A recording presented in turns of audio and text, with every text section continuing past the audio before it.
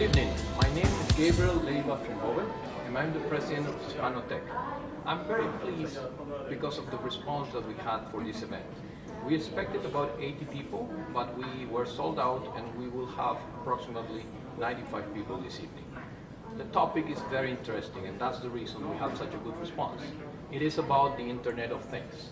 With about 10 billion devices already interconnected and expecting it to grow to about 25 million by 2020, the Internet of Things offers the possibility of a safer, smarter, and more efficient planet. But at the same time, it creates concerns regarding intrusion, unexpected advertisement, and hidden fees. And therefore, it creates a lot of questions, and hopefully some of them will be answered this evening. Enjoy the evening. Thank you.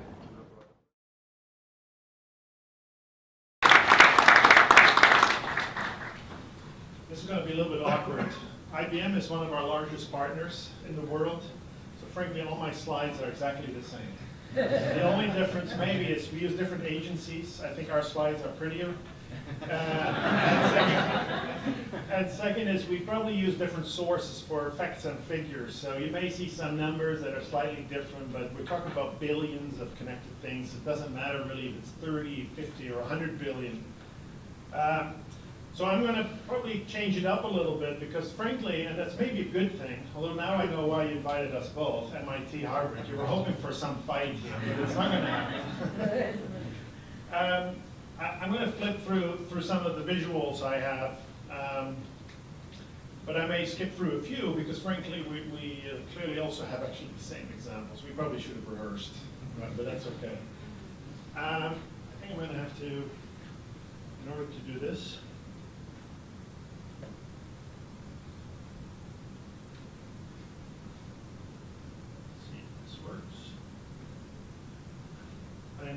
I work for Cisco, but I'm not very technical. I'm going to have to say that up front. So don't also ask me any technical questions. And clearly this Microsoft thing I don't know how to do. What is it going on? Oh. There you go. You see, that's much prettier, right? No. So before we go, and I know I don't have a lot of time, I wanted to take a selfie with you behind me. I'm going to do that anyways. Although we were talking earlier, I told my kid, who is 15, that I do this, usually when I speak somewhere publicly, and he says that, he told me that Twitter is for old people. So it's hard, and you think you're going to hear about later how fast social is going and how it's even for us probably hard to keep up really about what's going on.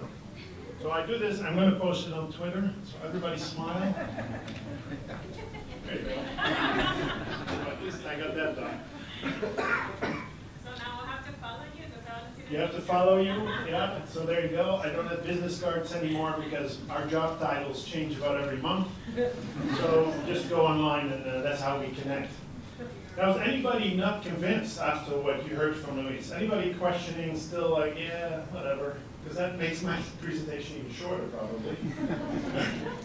Because in reality, and you heard it over and over, IoT, IoE, connected things, the digital age, it's real, it's here, and it's happening to us if we don't otherwise take advantage of all the opportunities and make it happen for us.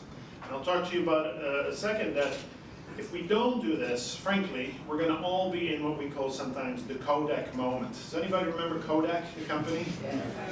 They missed the transition big time, and they're not really there anymore. And there's lots of names and brands you can think of that missed the transition of the digital age, taking advantage of all the things you heard Luis talk about, and either don't exist anymore, or are frankly struggling for their existence. So this is not only like it's happening, this is if you're not looking at this, then we can have a problem, no matter if you're a government, a business, or an industry, or any kind of stakeholder. Now for those that are not convinced, I'm going to show this picture. 1780, does anybody remember 1780? The beginning of the Industrial Revolution. Steam engine came and some of the important technologies came, and then suddenly we had a train. Think about this train that went from cross country in Canada and started to create little communities, and then there was a trading post, and then there was a hotel, and then there was people moving, and suddenly we realized that this infrastructure was the lifeline or the bloodline for communities to flourish and to create economic opportunity and jobs and development. Now, and luckily, things have changed. Does anybody know what this person did in 1780? Does anyone know what this job is? No? She wakes people up. She spit little pebbles to the window and wake it up. We do that today all with our smartphone, right? How about this job? Turning on the street lights. Now frankly, actually, we can, if we wanted to, turn on and off street lights, or certainly in your home, turn on and off the lights or the garage doors with your smartphone. Does anybody know what that guy's doing? It's the first radar. Oh, wow, look at you. First radar. I never had anybody guess that, ever. First radar system. Obviously now, with the apps that you download from IBM, IoT.ca, CA? No, .com. We can get radar on our smartphones. So luckily things have changed, and if we don't kind of try to do things differently and we try to keep doing the same thing over and over again, we don't really take advantage of the opportunities, and we all will end up in the Kodak moment. And more than ever before, we have all these pressures come our way that drive us to think differently, think outside of the box, to maybe cannibalize our own business models because of social and demographic changes, because of economic change, environmental, and last, certainly and not least, the technology changes that have dramatically changed kind of the world in the last 30 years. And I say 30 years because it's not even 30 years ago that the internet became kind of a public good. 1994 was the first kind of year where we had public websites, about 1,000 of them, and billions of them now. And that we call kind of the maturity, I guess, of the information age. We've seen PCs come out and computers, and we started to translate processes and bits and bytes and ones and zeros and start to automate things. The internet kind of started to accelerate that.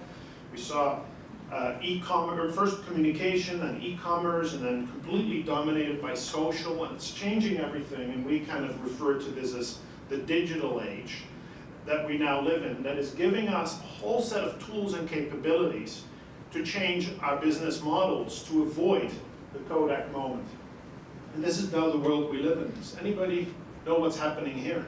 3D printing. Gosh, you guys are so smart. That's right, 3D printing a bridge. So now think about manufacturing. Do we really need to build something in China and ship it here, or do I just download a file and print it in my garage? How is this going to impact the construction industry or any other industry, frankly, that we have that we're dealing with? Now, and here's just some brands or company names that you all have seen, probably all used one way or another, and completely transforming the industries as we have been accustomed to. So for anybody else out there still thinking like, no, I've been doing this for 30 years, it just works, I make good money, here's all of them, amazing examples of that. If we don't get ahead, if we don't start to digitize our business and take advantage of this kind of connected world and things like Internet of Things, that we are going to be left behind, because our business models will be reinvented by some teenager that probably sits in a kitchen table today and is building the next amazing business model that's going to be worth $19 billion.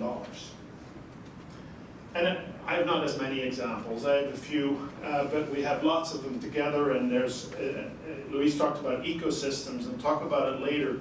This is not about IBM or Cisco, one or the other. This is about new relationships and new partnerships to truly take advantage of this, because it's also too big probably for one company to do it all. There's a lot of pieces that are coming together. Some of the examples, and I'll do this real quick. George Brown College kind of referenced it. Waterfront Toronto campus, one of the most connected buildings for heating, cooling, lighting systems, all kind of converge onto one digital infrastructure. The same digital infrastructure that is giving George Brown the tools to rethink how it shares curriculum, how it teaches its students, and how it has its students interact with this space. So the plumbing is in place, digital infrastructure is in place, the Internet of Things is in place, and now it's the applications and services and experiences that are going to be delivered and developed on top of it almost in perpetuity, to create new experiences, to save a lot of money, to make a lot of money, to improve performance, profits, and productivity. Goldcorp, and then when we refer to IoT, that's the other difference other than slides and facts. We probably use words and terms a little bit different, but that's marketing's fault, right? We have a hard time keeping up with marketing.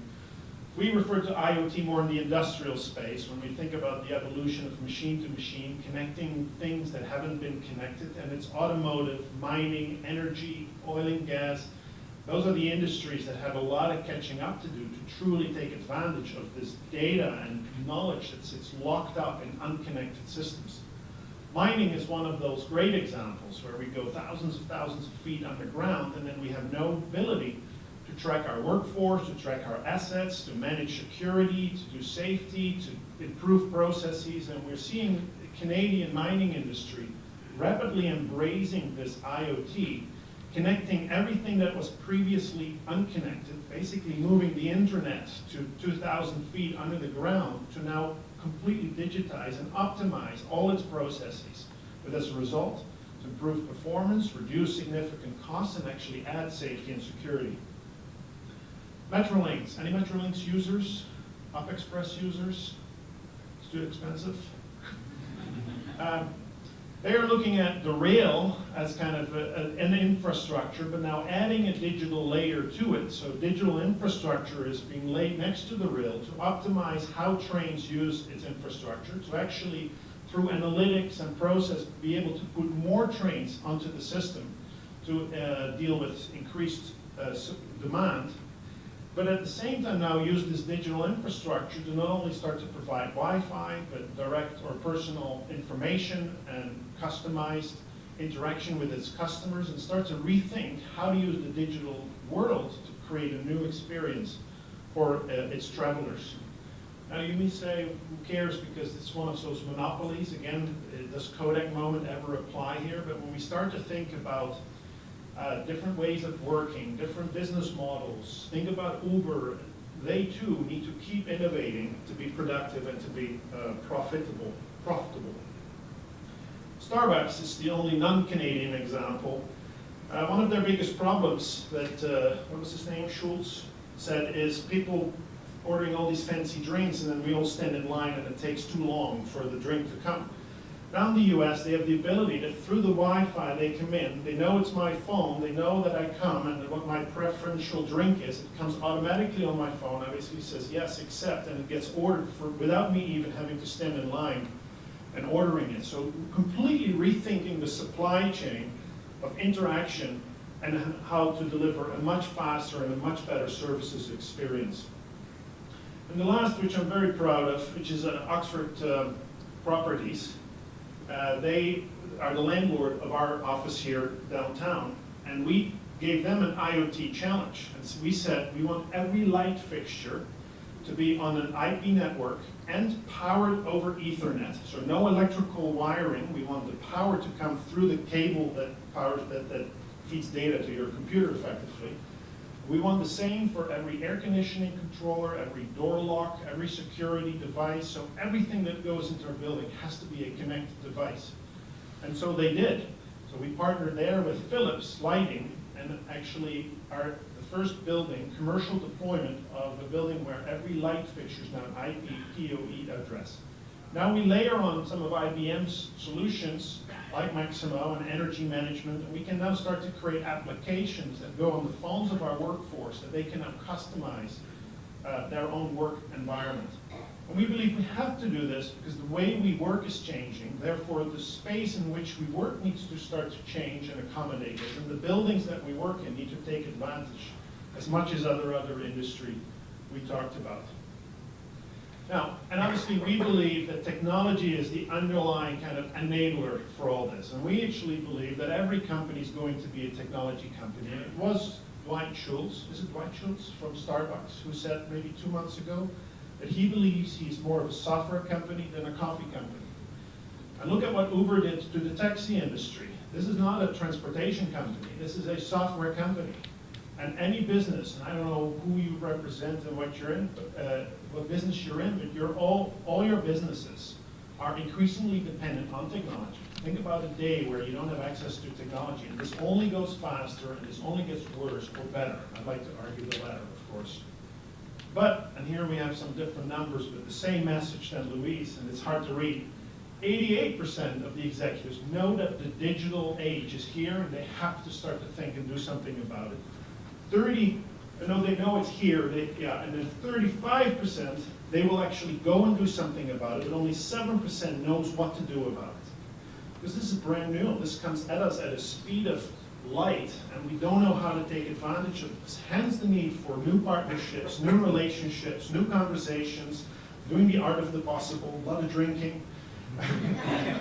But really starting to rethink what business outcomes need to be, and then the technology will follow itself. Tools are all there. We need to now deploy them in a way that delivers true business outcomes and true business value. And we say there's kind of 5 key levers. There's a lot more of them, but 5 key ones is the trends in mobility and video. We're seeing 90% of today's internet traffic today is triggered by video, YouTube and FaceTime and Netflix. 70% of all internet consumption is happening on mobile devices today. And again, we see this very rapidly increase. So if it's not mobile, if we don't think in any of our businesses about the mobile implications of how to interact differently with our workforce or our customers, you're going to miss the boat. And if it doesn't have a video strategy in it, again, we're going to miss the opportunity to interact with next generations that don't know any better and expect how to use video in ways that we probably haven't ever seen before. Second, and Luis mentioned it, it's about the applications. It's the apps. And this is being a company that sells routers and switches and phones and all the boring stuff. The conversation that's happening is about the application, and that's what we consume. More than 2,400 applications are being launched each and every day between iOS and Android platforms. A lot of games and a lot of garbage, but a lot of it gets built here to really change an experience and a service level that we've never seen before. And we've got to be prepared for this and participate in this change. And then Internet of Things. You see we have a different slide. It goes up. We say 50 billion, you say 30 billion. Let's split it in half. There's 40 billion smart devices going to be connected to the internet within the next 5 years. And think about all those devices that historically have been unconnected that now can make data available that we can analyze and add analytics to and create applications on and completely start to transform how our business works. Which leads to big data. And we've been talking about big data for a long time, but 40 billion devices and 6 billion people and processes running on this, we're going to see more and more big data become relevant and therefore need a lot of data centers and rethink how we consume all this data, and that's through the cloud. And we see massive uptake on not wanting to own or have the hardware anymore, but to start to think about new consumption models through the cloud. And this is old data, maybe have fresher data, but I think it's actually more than 40% now of spending of processing that happens in the cloud. Now, and Luis mentioned this, if we connect for better outcomes, if we apply IoT, we can get the benefits, and that's what the conversation needs to be about. New experiences, fueling innovation, connecting people across the world to come up with new ideas, improving efficiencies, and you see many of the numbers that Luis talked about, create new markets, or sit back and have someone else create a new market that comes after us, or take a proactive role here, unlocking the intelligence that now sits locked into these unconnected, siloed, proprietary devices, taking advantage of these intelligence through analytics, and then at the same time minimizing risk and treating security as a completely integrated value proposition. Because as you all have been gone on the IBM website and connect your phone, they now track every step. I already talked about our building. We're very proud of it, so I'm putting a slide in everywhere I can. We have over 1,400 light fixtures connected, HVAC controllers connected. If you ever get a chance, come visit us. And it's not about a Cisco building. This is an Oxford property. But this is how we're starting to see digitization, or the digital age to have a massive impact on how we design, build our built environment. And then one of my focus areas on what this means to cities.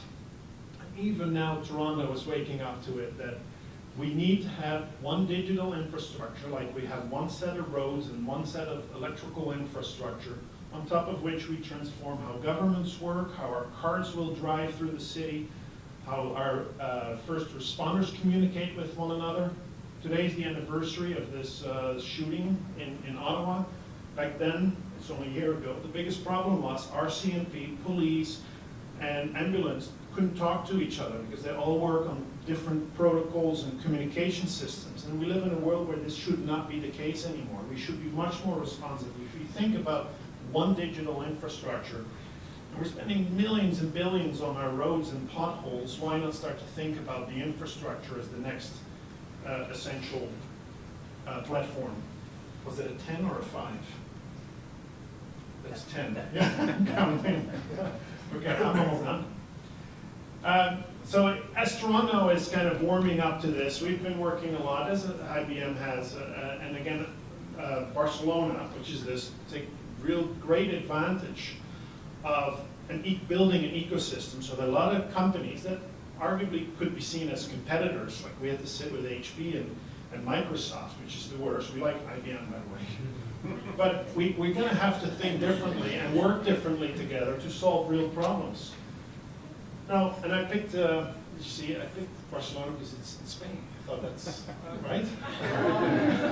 Thank you. You're welcome. Gracias. You're welcome. Yeah, that's all my Spanish. Anyways, they had the same realization. We're going to need one infrastructure, one set of wires effectively, on top of which we're going to innovate everything we do in our city. And they picked 3 use cases. They weren't trying to solve every problem in the world all at once. They picked some very specific examples where they could make money or save money, which then can be reinvested in ongoing development of new applications and new experiences. So they're doing a lot more than this now. But on smart water, by adding meters and sensors to the water system where they had a lot of leakage and mismanagement, they were able to actually optimize their processes and eliminate $58 million out of their annual operating budget for the city water system. Smart lighting, like every town in Canada almost, is looking at LED and intelligent street lights. Now, if they not just become LED, but they also become connected and intelligent, and we can have them talk to the cars that drive through the street, and they go up and down and dim depending on what's happening on the street. And that's exactly what Barcelona did, saving $37 million on electricity costs as they used this digital infrastructure to modernize the street lights. And then, as consumers, worst example, they make $50 million in 1 year of incremental parking revenues because they now have the ability to manage every parking spot on the street individually. They know when there's a car parked, they know when you park and you didn't pay, so they know when to come to your car and give you a ticket without walking around the neighborhood looking for cars. They also are able now to do demand pricing. If we have one spot left, crank up the price a little bit, not much different from your insurance example. So rethinking completely how to deliver services for real ROI, and that's real money that the city now is able to reinvest in economic development, stimulating startups, bringing new businesses to the city, and becoming a platform of innovation, if you will. Now, Luis talked about it. This is an architecture. We need the right plumbing. We call this the digital infrastructure, this platform for digitization. It has to have security and data and dealing with cloud and mobility. You build this once, you build it right, and then through applications and analytics, we can start to create all those additional services on it. But none of this matters without the people part. I know we talk often about technology, and if we connect everything, we solve every problem.